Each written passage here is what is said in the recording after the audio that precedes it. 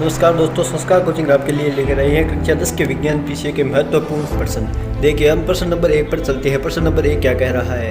प्रश्न 1 पर चलते हैं। प्रश्न 1 ये कह रहा है कि लोहे चूर्ण या तनु हाइड्रोक्लोरिक अम्ल डालने से आगे रिक्त स्थान दिया हुआ है, हमें इस रिक्त स्थान की पूर्ति करनी है। इसके अगर आप जवाब चाहते हो तो आप जल्द से जल्द कमेंट करें। प्रश्न नंबर 2 पर अगर हम चले तो सबसे पहले रिक्त स्थान वाले प्रश्न आए हैं। इनमें प्रश्न नंबर 2 यह कह रहा है कि पतले तारों में धातुओं का खींचे जा सकने की क्षमता क्या कहलाती है। तो इसका अगर आप उत्तर चाहते हैं तो जल्द से जल्द कमेंट करें। ये मोस्ट प्रश्न है जिनको आपको ज़्यादा से ज़्यादा पढ़कर जाना है परीक्षा के अंदर। अगर प्रश्न नंबर अगर 3 के चले तो वो भी रिक्त स्थान का है। प्रश्न नंबर 3 में ये दे रखा है कि दो तंत्रिका कोशिका के मध्य खाली स्थान को कहते हैं। दो तंत्रिका कोशिका के मध्य खाली स्थान को क्या कहते हैं, इसका आपको जवाब देना है। आगे प्रश्न नंबर अगर हम 4 में चले तो प्रश्न नंबर 4 भी यह कह रहा है कि अलैंगिक जनन मुकुलन द्वारा होता है। अलैंगिक जनन मुकुलन किसके द्वारा होता है, इसका हमें उत्तर देना है। प्रश्न उसका अगला प्रश्न भी रिक्त स्थान का प्रश्न है और उसमें प्रश्न है कि प्रश्न है विद्युत धारा उत्पन्न करने की युक्ति को कहते हैं। जो विद्युत धारा उत्पन्न करने की युक्ति है उसे क्या कहते हैं। उससे अगला प्रश्न, अगले अगर हम प्रश्न पर चले तो अगला प्रश्न है, ये सभी प्रश्न दोस्तों रिक्त स्थान के प्रश्न है। अगले प्रश्न में ये कह रखा है कि निम्न में कौन आहार श्रृंखला का निर्माण करते हैं। कौन है जो आहार श्रृंखला का निर्माण करते हैं। इसके आपको ऑप्शन नीचे दिए रखे रिक्त स्थान है, आपको जिस स्थान में ऑप्शन में से बढ़ना है। और अगर आप इसका जवाब चाहते हैं तो आप जल्द से जल्द कमेंट करें, ठीक है। उससे अगला प्रश्न ये है कि विश्व में सबसे तेजी से कम होने वाला प्राकृतिक संसाधन कौन सा है। कौन सा संसाधन जो विश्व में सबसे कम तेजी से कम होने वाला है।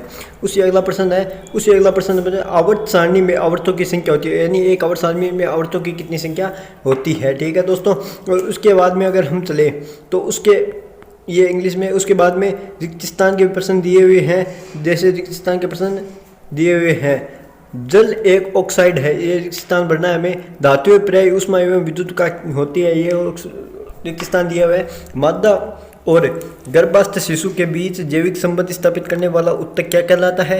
पादपों में जल के वहन के लिए उत्तरदायी है और परागकोश में पाए जाते हैं। अनुवांशिक के जनक कौन है और किसी तार का प्रतिरोध उसकी लंबाई के होता है। ये सभी प्रश्न मोस्ट प्रश्न है। ये जो विज्ञान की परीक्षा है उसके लिए बहुत ही ज़्यादा महत्वपूर्ण प्रश्न है। इसे अगले प्रश्न में अगर हम चले तो अगला प्रश्न है जोड़ी मिलान कर लिखिए, यानी जोड़ी मिलान का प्रश्न है ये। इसमें मतलब एक साइड आपको कुछ शब्द दिए होंगे दोनों साइड, और जो शब्द हैं उनका हमें मिलान करना है। जैसे ये देखिए दोस्तों, इसमें ज़्यादा से ज़्यादा शब्द दिए हुए हैं और इन जो शब्द है इनके साइड में सेकंड शब्द लिखे हुए हैं, उन शब्दों से हमें इन शब्द का मिलान करना है। ये क्या है, सबसे अधिक क्रियाशील धातु, जो उनका जो सबसे अधिक क्रियाशील धातु है इसका मिलान हमें जो साइड में ऑप्शन दिए हुए हैं उनसे करना है। ये मिलान का एक प्रश्न आएगा आपकी परीक्षा में, महत्वपूर्ण प्रश्न है। इसी अगर अगला प्रश्न चले तो अगला प्रश्न है एक वाक्य में उत्तर दीजिए, यानी आपके जो भी प्रश्न दिए उनका एक वाक्य में अपन को उत्तर देना है। जैसे प्रश्न ये 8 नंबर के एक के प्रश्न आएंगे। इसमें पहला प्रश्न दिया हुआ है कि शुद्ध जल का पीएच मान लिखिए, यानी शुद्ध जल का पीएच मान क्या होता है। 2 या 2 से अधिक धातुओं के समांगी मिश्रण को कहते हैं। हरे पौधे की पत्तियों में पाए जाने वाले वर्णक का नाम लिखिए और नए युग्मक एवं मादा युग्मक के संलयन को कहते हैं। और लिंग निर्धारण करने वाले गुणसूत्र है। और लेंस की क्षमता का सूत्र लिखिए। निकट दृष्टि दोष दूर करने की कौन सा लेंस उपयोग किया जाता है और विद्युत प्रतिरोध का सही मात्रक क्या होता है। इन सभी प्रश्नों को आपको कमेंट में उत्तर देना है और ज़्यादा से ज़्यादा वीडियो को शेयर करिए। इसके बाद में अगर हम 2-2 नंबर के आप अपने को प्रश्न दिए हुए हैं, इसमें सबसे पहला प्रश्न पूछा है कि श्वसन की क्रिया को उष्मा क्षेपी अभिक्रिया क्यों कहते हैं। श्वसन की क्रिया को उसमें अभिक्षेपी अभिक्रिया क्या कहते हैं। इसके अथवा में एक प्रश्न और दिया हुआ है, वो है तेल व वसा युक्त पदार्थों को नाइट्रोजन से प्रभावित क्यों किया जाता है, यानी तेल और जो वसा युक्त पदार्थ है उनको नाइट्रोजन से विभाजित क्यों किया जाता है। इनका उत्तर हमको देना है। तो ये मोस्ट प्रश्न है दोस्तों, इनको आप ज़्यादा से ज़्यादा पढ़ कर जाइएगा। और अगले प्रश्न के अगर हम चलते हैं तो अगला प्रश्न है अम्लगम क्या है। ये अपन को प्रश्न दे रखा है कि अम्लगम क्या है। और उसके एक अथवा में प्रश्न दे रखा है वो है संसारण क्या है, अम्लीयम क्या है और संसारण क्या है, ये 2 प्रश्न अपन को दे रखे हैं। ठीक है, उसके अगला प्रश्न है मेंडलीव की आवर्त सारणी के नियम लिखे। यानी जो मेंडलीव की 7वां प्रश्न देखिए दोस्तों, आपकी स्क्रीन पर दे रखा है कि मेंडलीव की आवर्त सारणी का नियम लिखे। तो मेंडलीव की आवर्त सारणी का नियम अपन को लिखना है। और इस मेंडलीव की आवर्त सारणी वाले प्रश्न में ही एक प्रश्न और है जो अथवा में दे चुका है। अथवा वाला प्रश्न है वो है न्यूलैंड का अष्टक नियम, यानी जो अष्टक नियम है वो अपन को अष्टक नियम यहाँ पर बताना है। ये 2 नंबर का प्रश्न है दोस्तों है। और उससे अगला 8वां प्रश्न अगर हम चले तो 8वां प्रश्न देखिए दोस्तों, अगला प्रश्न आपको 9वां प्रश्न ये दे रखा है। 9वां प्रश्न देखिए, 2 नंबर का प्रश्न 9वां, कायिक प्रवर्धन क्या होता है, यानी कायिक प्रवर्धन क्या होता है, इसके एक अथवा प्रश्न दे रखा है। वो प्रश्न है स्वपरागण क्या है, स्वपरागण क्या है, ये 2 प्रश्न दे रखे हैं 9वें प्रश्न में। ये मोस्ट प्रश्न है, उनको आपको परीक्षा में जरूर से जरूर पढ़कर जानना है। उसी अगर हम 10वां प्रश्न देखें तो 10वां प्रश्न अपन को दे रखा है।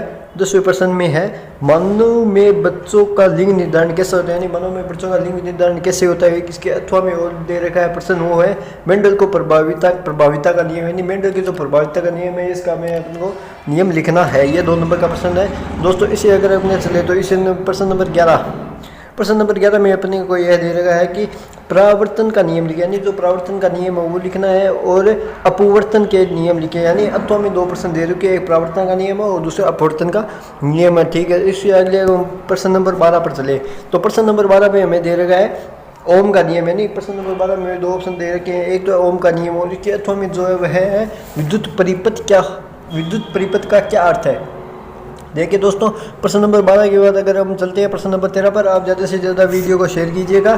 प्रश्न नंबर 13 पर अगर हम चले तो प्रश्न नंबर 13 पर में पहला दे रखा है विद्युत विभव क्या है, यानी विद्युत विभव क्या है। और इसके एक अथवा में प्रश्न दे रखा है वह है प्रतिरोध किसे कहते हैं। या तो आप विद्युत विभव क्या है और प्रतिरोध क्या है, ये मोस्ट प्रश्न है दोस्तों, इनको आपको परीक्षा में जरूर पढ़कर जानना है। इसे अगले अगर हम प्रश्न पर चले तो अगला प्रश्न पर हमें दे रखा है, देखिए प्रश्न नंबर 14 में हमें परितंत्र के जैव घटक के नाम लिखे, यानी परितंत्र के जैव घटक उनके नाम लिखना है।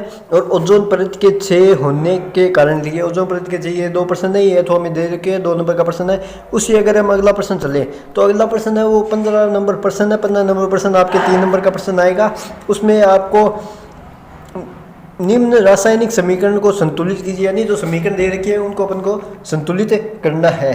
समीकरण ये 3 समीकरण दे रखी है दोस्तों। देखिए पहले समीकरण है HNO3 प्लस CaOH का whole twice is equal to है CaNO3 का होल ट्वाइस प्लस H2O। ये इस प्रकार से ये 3 समीकरण दे रखी है। दूसरी NaOH प्लस H2SO4 को Na2SO4 प्लस H2O, और तीसरी है BaCl2 प्लस H2SO4 को BaSO4 प्लस HCl के रूप में ये अपन को दे चुका है। इनको अपन को हल करना है, इन तीनों समीकरणों को अपन हल करना है। उसी अगले प्रश्न नंबर 16 पर चलिए दोस्तों। तो प्रश्न नंबर जो 16 इसके प्रश्न नंबर 15 के अथवा में जो प्रश्न दे रखा है वो प्रश्न नंबर 15 के अथवा में प्रश्न है रासायनिक अभिक्रिया किसे कहते हैं, यानी हमें रासायनिक अभिक्रिया की परिभाषा देते हुए संयोजन व प्रतिस्थापन अभिक्रिया के उदाहरण सही समझाए, यानी संयोजन और प्रतिस्थापन दोनों अभिक्रियाओं को हमें समझाना है और उनका उदाहरण भी हमें देना है दोस्तों। अगले प्रश्न में चलिए, अगले नंबर बड़ा प्रश्न है प्रश्न नंबर 16। तो प्रश्न नंबर 16 ये है कि सूर्योदय के समय सूर्य रक्तताप क्यों प्रतीत होता है, यानी सूर्योदय के समय सूर्य रक्तताप क्यों प्रतीत होता है। उसके अथवा में 2 प्रश्न है वह है टिंडल प्रभाव का को उदाहरण सही समझाइए, ये 2 प्रश्न है। इसके अगला प्रश्न चले तो अगला नंबर हमारा 17 नंबर प्रश्न है। 17 नंबर प्रश्न है कि चुंबकीय बल रेखाएं के गुण लिखे, यानी चुंबकीय बल रेखाओं की हमें गुण लिखनी है। और फ्लेमिंग के दाएं हाथ का नियम, ही 2 प्रश्न है। ये अथवा में उनमें से एक प्रश्न अपन को करना है दोस्तों। चलो इससे आगे नंबर प्रश्न पर चलिए, प्रश्न नंबर 18 पर। प्रश्न नंबर 18 में हमें दे चुका है ऊर्जा का उत्तम स्रोत क्या है। ऊर्जा का उत्तम स्रोत है वो लिखना है, और जीवाश्म ईंधन क्या है और इसमें क्या हानियां होती है। लेकिन जीवाश्म ईंधन के बारे में जो हानियां होती है उनके बारे में हमें वर्णन करता है। ये 2 प्रश्न है, 2 प्रश्न तत्व में है। उससे प्रश्न नंबर 19 पर दोस्तों हम चलते हैं। तो प्रश्न नंबर 19 में ये दे चुका है कि विरंजक चूर्ण एवं धावन सोडा के सूत्र एवं इनके 2 उपयोग। विरंजक चूर्ण और धावन सोडा के सूत्र लिखना है और उनके 2 उपयोग लिखने हैं। और इसके जो अथवा में प्रश्न दे रखा है वह है यह है कि जिप्सम से प्लास्टर ऑफ पेरिस कैसे प्राप्त कर सकेंगे, यानी जिप्सम से प्लास्टर ऑफ पेरिस कैसे प्राप्त करेंगे, समीकरण सही समझाइए एवं प्लास्टर ऑफ पेरिस के उपयोग लिखे, यानी प्लास्टर ऑफ पेरिस का उपयोग लिखना है। इसी अगले नंबर प्रश्न पर चले तो प्रश्न नंबर 20 जैसे हमें दे चुका। तो प्रश्न नंबर 20 ये है कि निम्नलिखित कार्बनिक यौगिक यौगिक के संरचना सूत्र लिखे, यानी जो कार्बनिक यौगिक है उनके अपने संरचना सूत्र लिखने। ये 4 नंबर से और प्रश्न 4 नंबर का प्रश्न है दोस्तों। और इसमें हमें दे रखा है ए में क में एथेन, क में प्रोपेन, ग में ब्यूटेन और घ में एथेन, इन चारों के हमें आंसर दोस्तों देने हैं। और इसके एक 8वां में भी प्रश्न दे रखा है। जो 8वां में प्रश्न है वो यह है कि निम्नलिखित यौगिकों की इलेक्ट्रॉनिक बिंदु संरचना लिखी, यानी जो यौगिक है इनकी इलेक्ट्रॉनिक बिंदु संरचना लिखनी है। यौगिक है Ca2H2O और CH4। चलो दोस्तों इसके अगले प्रश्न पर चले। तो अगला प्रश्न 21 नंबर प्रश्न है।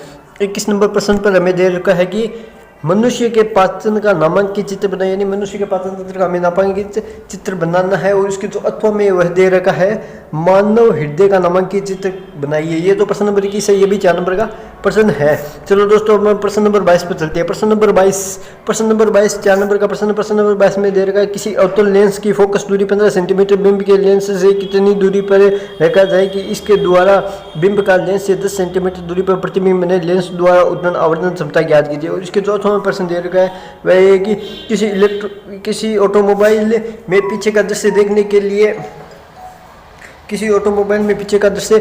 के लिए उपयोग होने वाले उत्तल दर्पण की वक्रता त्रिज्या 3 सेंटीमीटर है। यदि एक बस इस दर्पण से 5 मीटर की दूरी पर स्थित है तो प्रतिबिंब की स्थिति, प्रकृति एवं साइज ज्ञात कीजिए। चलो दोस्तों अब अगले नंबर प्रश्न पर चलिए। तो अगला हमारा प्रश्न है अगला, तो दोस्तों इसमें 22 प्रश्न है। 4 नंबर लास्ट वाला प्रश्न 4 नंबर का 22वां प्रश्न है।